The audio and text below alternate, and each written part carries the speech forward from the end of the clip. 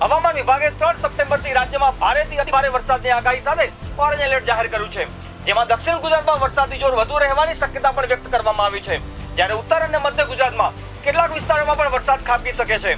હવામાન વિભાગે ખાસ ચેતવણી આપી છે કે 4 અને 5 સપ્ટેમ્બર દરમિયાન વરસાદનું જોર વધુ જોવા મળશે. આ દરમિયાન નદી નાળામાં અચાનક પાણીની પ્રવાહ વધવાની શક્યતા પણ જોવામાં આવી રહી છે, જેથી તેમને સતર્ક રહેવા કહ્યું છે.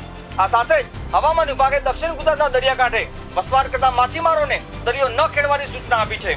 દરિયામાં પવનની ગતિ તેજ રહેવાના કારણે માછીમારીની પ્રવૃત્તિ અટકાવવાની સલાહ હવામાન વિભાગ દ્વારા આપવામાં આવી છે.